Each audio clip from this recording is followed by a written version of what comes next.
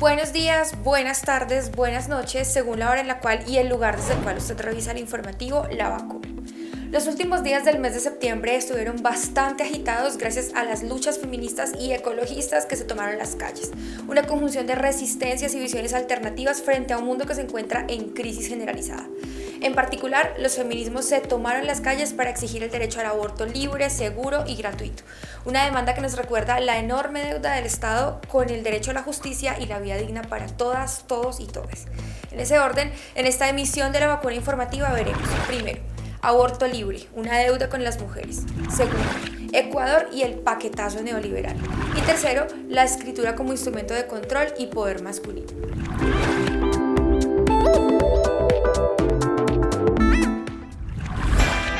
No olviden nuestros recomendados de la semana.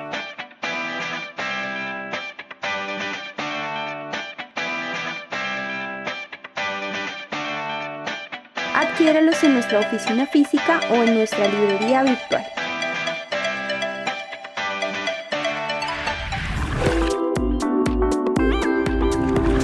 Código penal, yo no soy delincuente, yo no soy criminal, mi causa justa está en la libertad, yo no soy delincuente, yo no soy criminal. Bueno, comenzamos esta marcha por el aborto libre, feminista, antirracista, con esta chimba de sonido en la ambulancia abortera, porque nos interesa salvar la vida de las mujeres.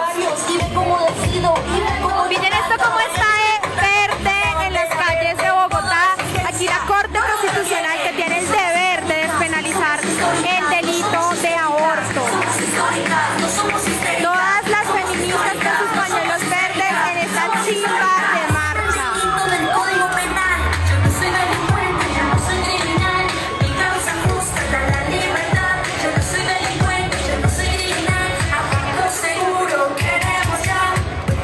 El 28 de septiembre fue declarado como el Día por el Derecho al Aborto de las Mujeres de América Latina y el Caribe, en el marco del quinto encuentro feminista latinoamericano y del Caribe que se llevó a cabo en San Bernardo, Argentina, en 1990.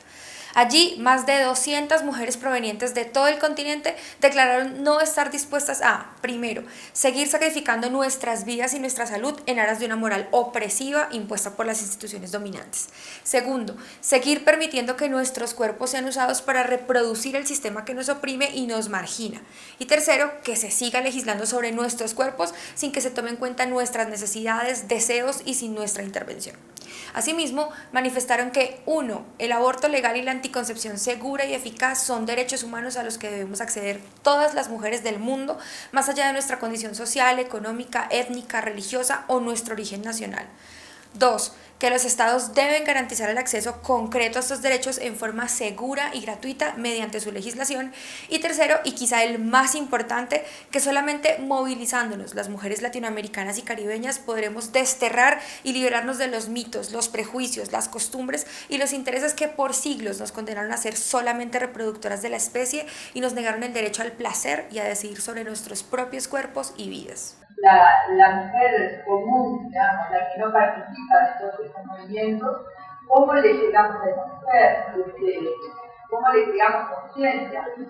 Desde entonces, cada 28 de septiembre, las mujeres latinoamericanas y caribeñas nos manifestamos en las calles para exigir la liberación de nuestros cuerpos mediante el acceso al aborto legal, seguro y gratuito, reconociendo que, si en los años 90 pudimos hablar abiertamente de aborto y exigirlo como un derecho, fue porque por lo menos 1 o 2 décadas antes, mujeres y feministas de diferentes países ya venían ejerciendo autonomía sobre sus cuerpos, generando espacios de información y acompañamiento entre mujeres para abortar en forma segura. En Brasil, por ejemplo, en 1986, después de que se aprobara la comercialización de un fármaco para tratar las úlceras, las mujeres descubrieron que el uso de este medicamento de Pfizer, cuyo componente era el misoprostol, facilitaba la interrupción del embarazo. Esta experiencia de las mujeres brasileras llamó la atención de la comunidad médica, que comenzó a estudiar las propiedades abortivas del medicamento. Hoy en día, esta sustancia activa del Cytotec se encuentra en la lista de medicamentos esenciales de la Organización Mundial de la Salud, pero no fueron ellos quienes lo descubrieron, fueron las mujeres poniendo a jugar su sabiduría. Asimismo, en Colombia, desde los años 70, las mujeres exigían congregadas en la Plaza de las Nieves en Bogotá y en diferentes acciones de protesta en distintos lugares la liberación de sus cuerpos y el aborto libre, mientras que generaban las condiciones para acompañar a las mujeres que quisieran abortar en la clandestinidad. Entonces, ¿será justo que las mujeres sigamos condenadas a escondernos por tomar decisiones sobre nuestros cuerpos?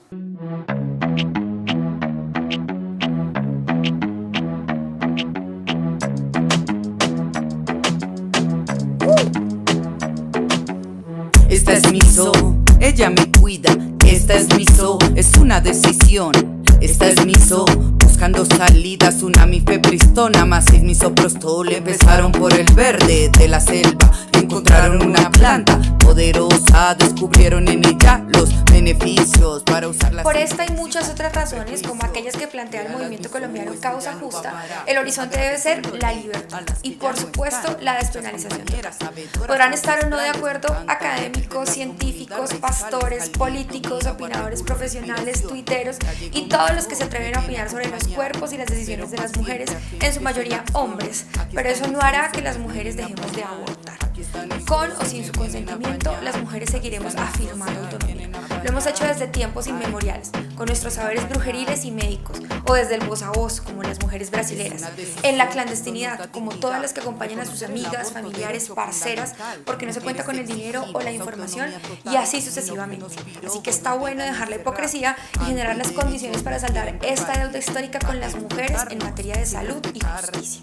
Se espera en menos de 2 meses una respuesta de la Corte Constitucional colombiana en esta. Créalas miso, que lo vamos a lograr. Créalas miso, que juntas somos más. Créalas miso, buscamos. Hay que resaltar que en Bogotá las compañeras de la plataforma Somos un Rostro Colectivo hicieron un ejercicio hermoso por la memoria, la libertad y la dignidad, y llenaron las calles de esta marea verde y violeta que no se detiene, porque ya es hora, ya es tiempo.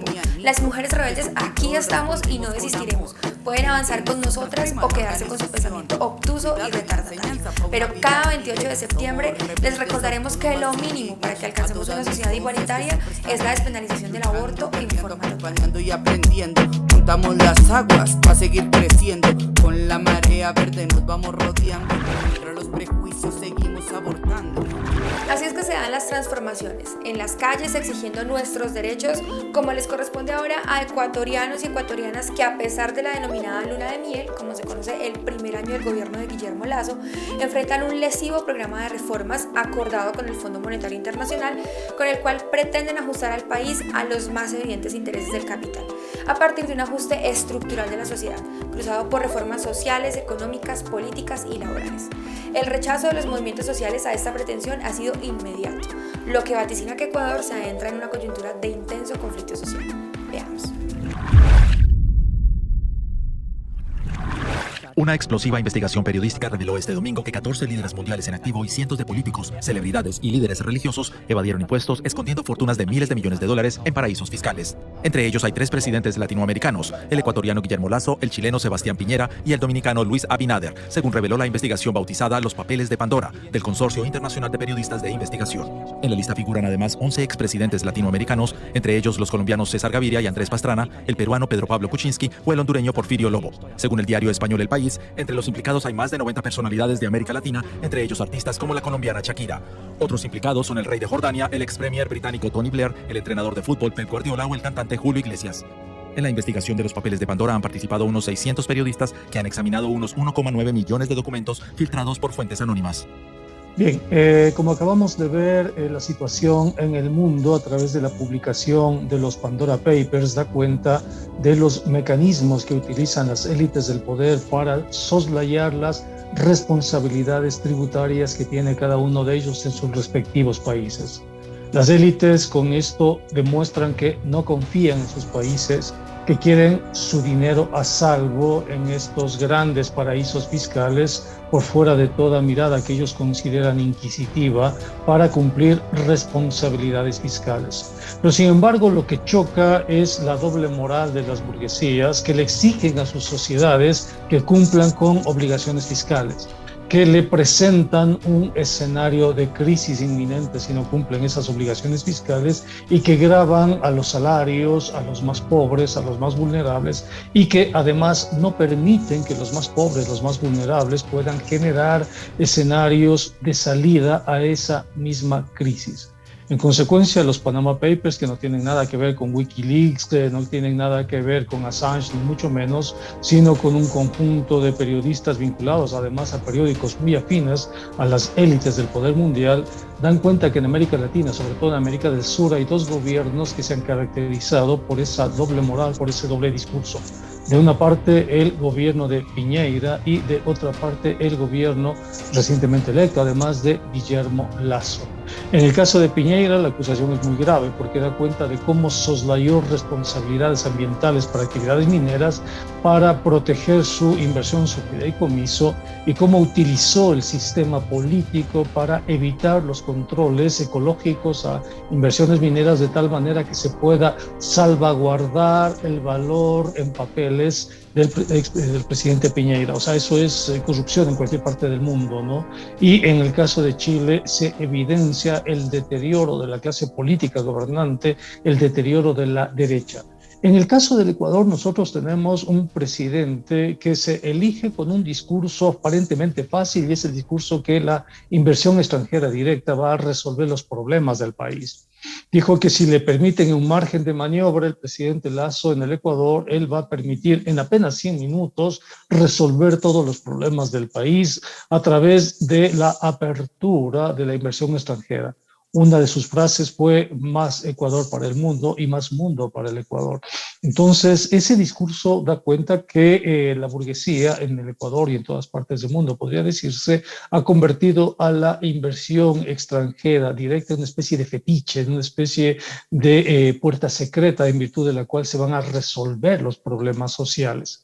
Pero uno se pregunta y uno dice, ¿cómo es posible que el presidente Guillermo Lasso haya mantenido toda su fortuna en paraísos fiscales y al mismo tiempo hable de inversión extranjera directa? Es decir, si él considera que la inversión extranjera directa va a salvar al país y él se ha propuesto como candidato y ahora como presidente para generar esa hoja de ruta, la pregunta es, ¿por qué sus recursos no están en el país?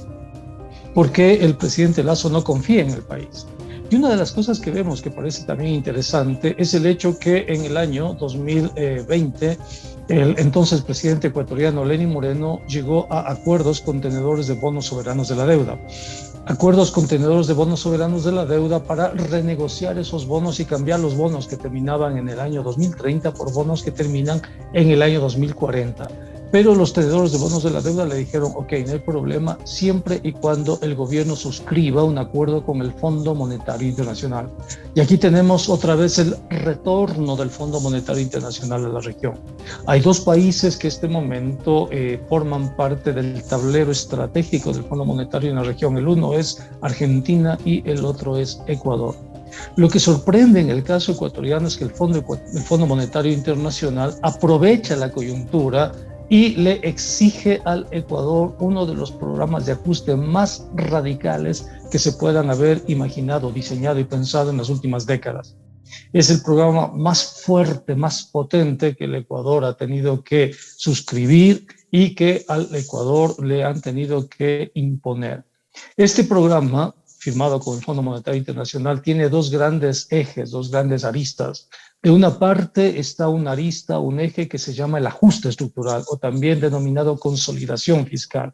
Este ajuste estructural tiene un conjunto de medidas que van desde la disminución del gasto público para salud, para educación, para programas de protección social, para programas de mitigación ambiental, etcétera, ¿no? Ese es un programa que también contempla este programa de consolidación fiscal, incremento de impuestos a la población, eliminación de exenciones de tal manera que los gastos en salud, en vivienda, en alimentación paguen impuestos. Y el otro gran eje sobre el que se estructura esta imposición del Fondo Monetario Internacional al Ecuador son las reformas estructurales. El fondo le ha exigido al Ecuador que cambie toda la matriz jurídica del país, todo el ordenamiento jurídico del país, en un ejercicio de colonialismo político pocas veces visto, ¿no? Producto de eso, en el Ecuador, desde el año 2020 y 2021, se han llevado adelante varias reformas jurídicas. Por ejemplo, se ha reformado todo lo que tiene que ver con las leyes fiscales para sintonizar esas leyes fiscales con las metodologías fiscales del Fondo Monetario. Se sacan de las leyes fiscales todo lo que tiene que ver con la Constitución del Ecuador y se las adscribe y se las armoniza con las metodologías específicas del Fondo Monetario. Obviamente eso produce grandes problemas en el país, ¿no? Se ha llevado adelante también incluso algo que me parece inédito en la región, y es la criminalización de la gestión de fondos del sector público a través de reformas al Código Orgánico Integral Penal. Ahora, desobedecer las directrices del Fondo Monetario es una causa para un enjuiciamiento penal. Por eso tenemos en el Ecuador cárceles repletas, o sea, repletas de personas que no tienen absolutamente nada que ver, y muchos de ellos tienen que ver con esta estrategia de criminalización a la sociedad llevada adelante por el Fondo Monetario Internacional. Y también se llevaron adelante reformas de tipo monetario. En estas reformas de tipo monetario, por ejemplo, se establece que el Ecuador tenga grandes reservas internacionales en un país además dolarizado, en un país que no tiene moneda nacional, que tiene como moneda el dólar de Estados Unidos. Se le ha pedido al Ecuador que esas reservas internacionales, que son recursos públicos, en donde están los recursos del Ministerio de Educación, del Ministerio de Salud, del Instituto de Seguridad Social, de los gobiernos locales, territoriales, como municipios, prefecturas, esos recursos que están depositados en el Banco Central y que sirven para que el Estado pague los compromisos de estas instituciones con el exterior y compre insumos, etcétera, en el exterior. Esos recursos con las últimas reformas ahora están a libre disposición de los bancos privados. Se llama la regla de respaldo y es algo inédito. Conjuntamente con eso, el Fondo Monetario le ha exigido al país la desarticulación de todas las leyes laborales del país. Una estrategia de flexibilización como pocas veces antes vista, ¿no? Donde, fíjense ustedes, se da el caso inédito, creo yo, en el mundo, en el cual un obrero, si es despedido por su empleador, el obrero tiene que pagar ese despido, tiene que compensarle al patrono por ese despido. O sea, pocas veces uno ha visto eso y demuestra no solo la ibris, sino el epítome de las reformas neoliberales, ¿no? Con el aplauso, obviamente, del Fondo Monetario y el gran contubernio de los medios de comunicación que le presentan a la sociedad estas medidas como ineludibles, como necesarias, como imprescindibles para supuestamente salir de la crisis y del enorme déficit fiscal. Y en el déficit fiscal se inventan el déficit fiscal. Se inventa un déficit fiscal del 5% del PIB. Pero para inventarse ese déficit fiscal manipulan de una forma muy grosera las cifras del presupuesto público. Por ejemplo, se inventan un subsidio a los combustibles, ¿no?, que nos llega a 500 millones, pero ellos ponen como subsidio a los combustibles un dato de hace 3 años, 2.000 millones de dólares, ¿no?, para inflar ese déficit fiscal. En vez de registrar la donación que hizo el Fondo Monetario a nivel planetario a varios países del mundo para que puedan resolver la crisis del COVID, ¿no?, ¿qué hizo el Ecuador? En vez de registrar esa donación del fondo como ingresos, lo registró como deuda, ¿no? Registró 1.000 millones de dólares menos como deuda y generó un ambiente de déficit fiscal que no existe en la realidad. Y con eso pretenden aplicar un programa de ajuste en una reforma que contempla más o menos cambios a 31 leyes. Y muchas de ellas específicas. Por ejemplo, hay una gran constructora que en este momento no ha podido y que está en problemas, ¿no?, con sus grandes edificaciones porque las zonas residenciales no admiten la construcción de esas edificaciones de varios pisos. Esa constructora le ha pedido al gobierno que incorporen cambios en la ley, ¿no?, algo que diga que las constructoras pueden construir independientemente de los permisos municipales. Eso estaba en la ley. O empresas de energía eléctrica que querían otra vez retomar las termoeléctricas, es decir, traer el diésel, quemar el diésel, generar CO2, producir electricidad cara y que ese precio de electricidad cara sea el baremo de todas las energías en el Ecuador y que esas empresas que van a hacer termoeléctricas sean parte de la política pública con apoyo y recursos del Estado. O sea, ese tipo de reformas se plantearon. La Asamblea del Ecuador le dijo que ese tipo de reformas no pueden darse porque hay que cumplir con la Constitución que llama unidad de materia, es decir, Si el gobierno quiere hacer reformas fiscales, las reformas tienen que ser fiscales.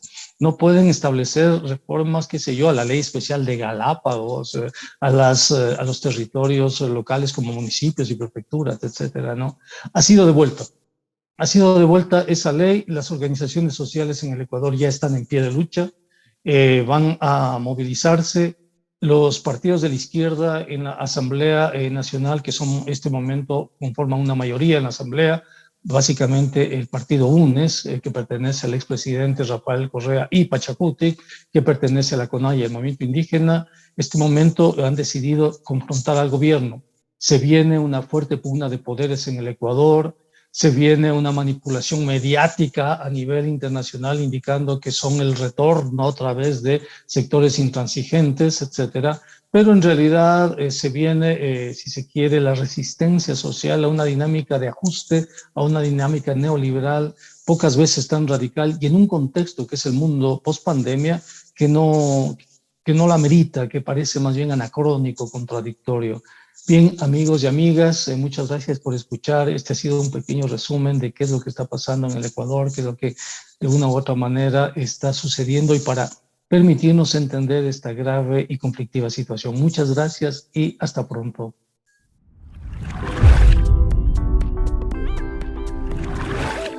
El gobierno de Guillermo Lasso, fiel representante del neoliberalismo, como era de esperarse, entró con todo. Su paquetazo neoliberal así lo demuestra.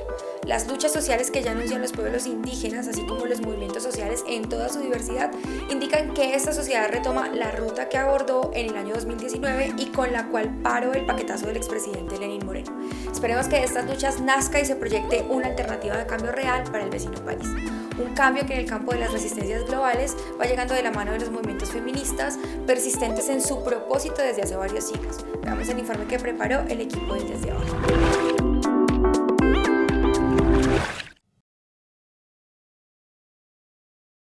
El histórico poder masculino que ha marcado la sociedad por siglos y con ello el confinamiento de las mujeres en el hogar, así como su silencio perenne, ha sido una realidad extendida por siglos que comenzó a romperse en tiempos modernos.